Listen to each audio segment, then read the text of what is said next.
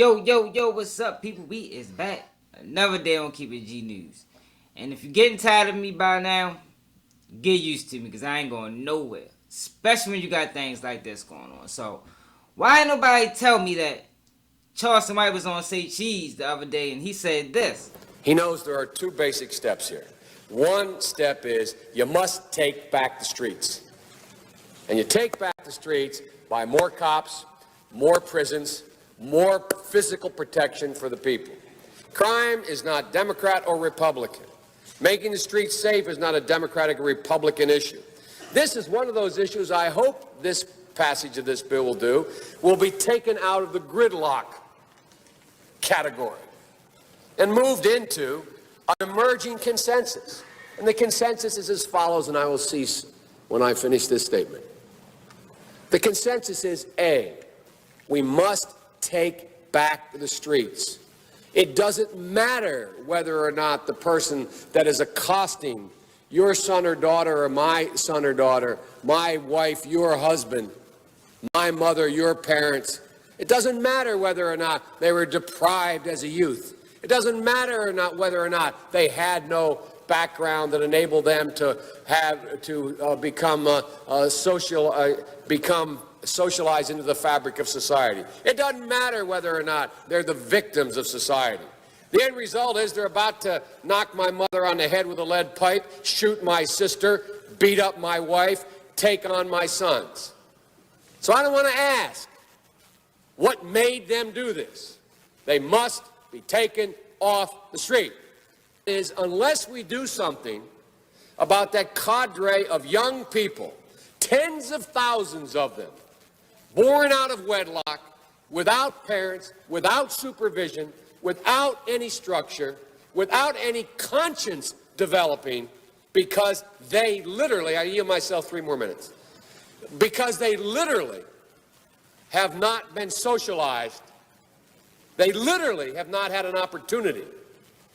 We should focus on them now, not out of a liberal instinct for love, brother, and humanity, although I think that's a good instinct, but for simple, pragmatic reasons. If we don't, they will, or a portion of them will, become the predators 15 years from now. And Madam President, we have predators on our streets that society has, in fact, in part because of its neglect, created. Again, it does not mean because we created them that we somehow forgive them or do not take them out of society to protect my family and yours from them. They are beyond the pale, many of those people. Beyond the pale. And it's a sad commentary on society. We have no choice but to take them out of society. And the truth is, we don't very well know how to rehabilitate them at that point. That's the sad truth. You're looking at the fellow who was one of the primary architects of the Sentencing Commission. You know what the basic premise of the Sentencing Commission is? I know the presiding officer knows. It was the first time in 80 years we rejected the notion that the condition of sentencing must be related to how long it would take to rehabilitate. I'm the guy that said rehabilitation, when it occurs, we don't understand it and notice it. And even when we notice it and we know it occurs, we don't know why. So you cannot make rehabilitation a condition for release. That's why in our system, there's the federal system, you serve 85% of your time. I remember when it was going on, when I was making these arguments in the late 70s, they used to call it Biden's same time for the same crime provision. It's a shame, but we don't know how to rehabilitate. But there is a consensus, and I will cease. A, we must make the streets safer. I don't care why someone is a malfactor in society. I don't care why someone is antisocial. I don't care why they become a sociopath. We have an obligation to cordon them off from the rest of society, try to help them, but they are in jail, away from my mother, your husband, our families. Now, y'all know I like to play. You know, he really ain't say that. He ain't no way he said that. Did he? If they do it in America, they do the same thing. Homie, as harsh as this sound, man, we need another mass incarceration. Homie, we need another 1994 omnibus crime bill like they came and they start getting niggas minimum sentencing guidelines, mandatory minimum. Homie, we need this strictly for violent crimes and gangs. Gangs should have no rights amongst citizens if they are identified as a gang member, a gang associate, a gang affiliate. They should lose not their right to a due process, but homie, they should lose the right to carry guns and to be treated fairly. What good are these gangs? So homie, I agree. I hope that I could meet a politician that need a black voice like mine. That needs a black voice like mine, my nigga, to help push a new crime bill, just like they needed the black Democratic caucus to join in and help them get that bitch pushed again. We need it, my nigga. Man, I told y'all, man. I know it from, if you listen to how Charleston White talk in all his interviews. Now I get it. He say real shit sometimes, you know. That's everybody's thing when they talk about Charleston White. You know, everybody say shit real sometimes. A broke clock is right twice a day. He say real shit. I get it. But yo, I told y'all this is what he wanted. This is what he wanted, man. Y'all gotta be careful about who y'all give praise to, man. And I got caught in the mix before. Like I said, I like Charleston White in the beginning. And I ain't gonna be nice as I was in that last video, man. Because October last year, I did a video called Charleston White 2022 Crime Bill. And here now it is 2023. And he basically admitted what I knew he was in it for the whole time. He pushing a crime bill to get more black people arrested. And guess what? It's black people saluting it, saying, yeah, we need a crime bill. But that's exactly what they said in 94. That's exactly what they said in 94 until they realized the consequences of the crime bill was this. High rate of incarceration, historically, comparatively. And the other thing is the rate of incarceration is so high, so socially concentrated, that we're no longer incarcerating the individual, but we're incarcerating whole social groups.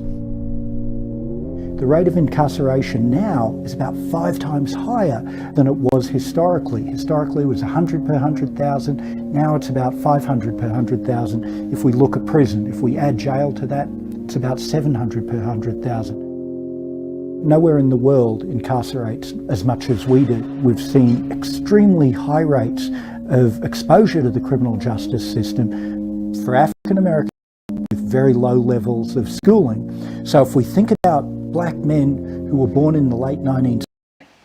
But y'all must don't remember this. A very high rate of incarceration, historically, comparatively. And the other thing is the rate of incarceration is so high, so socially concentrated, that we're no longer incarcerating the individual, but we're incarcerating whole social groups. The rate of incarceration now is about 5 times higher than it was historically. Historically, it was 100 per 100,000. Now it's about 500 per 100,000. If we look at prison, if we add jail to that, it's about 700 per 100,000. Nowhere in the world incarcerates as much as we do. We've seen extremely high rates of exposure to the criminal justice system for African American men with very low levels of schooling. So if we think about black men who were born in the late 1970s and who are growing up through the American prison boom of the 1980s and the 1990s, the chances that they're going to serve time in state or federal prison if they dropped out of high school is about 70%. So going to prison for that group of black men with very low levels of schooling, that's become a normal life event. And that's really only happened in the last 10 years. We're at this point now where there's about 1.2 million African American children with a parent who's incarcerated. That's about 1 in 9. The research shows that kids who experience parental incarceration have diminished school achievement, they have behavioural problems, depressive symptoms, acting out. And there's also evidence that these kinds of negative effects associated with parental incarceration are concentrated more among boys than among girls. And there's a very real risk here that incarceration becomes an inherited trait. The underlying issue is we've chosen prison as a way to respond to that problem of crime. And there are a whole variety of ways that we could have chosen to respond to that problem of crime. We've chosen the response of the deprivation of liberty. And we've chosen the response of the deprivation of liberty for a historically aggrieved group whose liberty in the United States was never firmly established to begin with. And it's the same video I played. Now, back then I had a smaller following, you feel me? Video only did probably like 100-something views. But the facts is the facts. I actually went into more detail in that video than I'm going to do on this one, because this one is just like a refresher. But I knew that's what he was talking about, man. And when you arrest these people, you're arresting family members, you're arresting kids, you're perpetuating the cycle. Locking black men up, even though it sounds good, it sounds promising. And SAYCHEESE talking about what happened in El Salvador or something. This is the United States. It's totally different. You can't compare apples to oranges. But I told y'all that that's not the answer. You're arresting family members. You're keeping the cycle going, man. Kids are growing up fatherless because a lot of these so-called gang members that he's talking about are also active fathers. Contrary to what Charleston White told y'all, black men are taking care of their kids of all kinds. You know, the street guys to the nerds, for lack of better words. And locking people up or locking black men up is what got us in this position that we're in now, y'all. It didn't help. It never helps.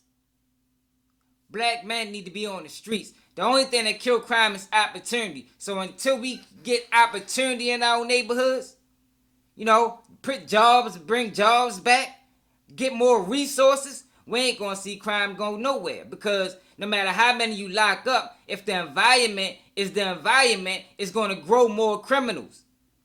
A lot of these trenches are breeding grounds for criminals or criminal behavior. Because that's what it is. It's behavior. Because a lot of our communities are hopeless, right? And the reason they are hopeless is because they don't have the resources to do what need to be done. And locking black men up is not the solve of the problem. That's the beginning of the problem. That's the beginning. And I knew this with Charleston White was headed at the whole time. I knew it. Not the whole time.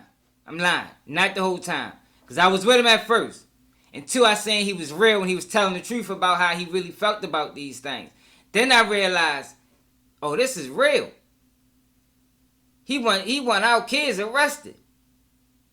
And don't get me wrong. I ain't on this platform hoorahing for gangs, you know, or senseless murders. Nah, I ain't doing that. I'm just saying that no matter how many people you lock up, that's problems in the community. If the community don't change, the people won't. It's simple mathematics. It's simple. So, Charleston White and the people that think like Charleston White, we just going to keep locking up black men? How is that going to help us? Explain that to me, somebody. Somebody who stand with Charleston White 100%, explain that to me in the comments. How is it going to help us? Stop and frisk ain't helped New York. The crime bill devastated black families. Devastated it. And this man in 2023 is trying to bring it back, and it's black people supporting it, just like it was black people supporting it in 94. It's like, yo, we just 300, it's like, yo, we living in fucking circles. We haven't learned nothing from the past. For us to be saluting this shit and saluting this guy talking crazy. That man talking crazy, man. Yo. I'm so upset, yo. If y'all want to watch the original video I did when I went more into detail with the numbers and what that crime bill actually did to our community, I'm gonna put the link in the comments, man. Straight up. But I told y'all this is where he's headed at. Charleston White is taking the black community and the people that follow him straight into a fucking brick wall while he get rich doing it. And we ain't gonna put a stop or end to it until it's too late, until it is another crime bill. Because this is the thing, y'all. He's saying he wanted for gang members and whatever. But yo, we can't trust the system to distinguish between the two. And it's been proven. It was proven with stop and frisk. Not many people that was going to work got stopped and frisked in New York for no reason. It's been proven with the crime bill that just they had in 94. Not many black men was arrested for next to nothing and still in prison. Life sentences for next to fucking nothing. But people supporting Charleston White. Charleston White say real shit sometimes. And this is acceptable in our community. Yo. Follow something real, man.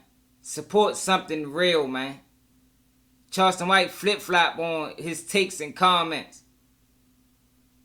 And I ain't one of them guys, like I said, that want to hurt him. Nah.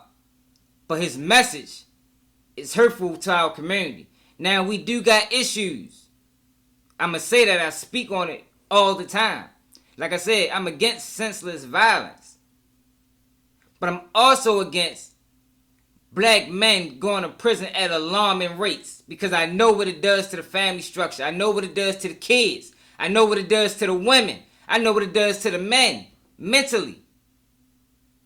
And we can't trust the system to distinguish between a hardened criminal and a guy just trying to make ends meet because his back against the wall.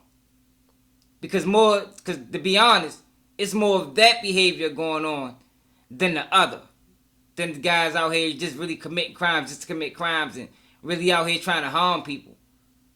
It's more of motherfuckers been arrested. You know, their jacket is fucked up. Doors is closing around them. Jobs not hiring. So now they gotta do what they gotta do to survive. And that's an economic problem. Not a black problem. Need some praying, people feel like I'm stuck. It's seeping deep, but don't be smoking shit that you ain't roll up. I'm trying to teach you. Niggas singing up their nose on the low and think I don't know it. Mama lying for my bro, cause we wrong and think I don't know it. If it was get it poppin' time on the grind and I jailed on you, God please take my breath from my body, I fell bro. I've been in every war, holding every shield, swinging every sword. I stood and never ran, why would you lie and try to steal my glory? Put that on my stripes, I ain't never back down or folded up in my life. I've been thugging like this, I've been thugging like this, I've been thugging like this, I've been thugging like. If I'm lying, God take my sight, never let a bro starve in my life. I've been thugging like this, I've been thugging like this, I've been thugging like this, I've been thugging like. My baby mama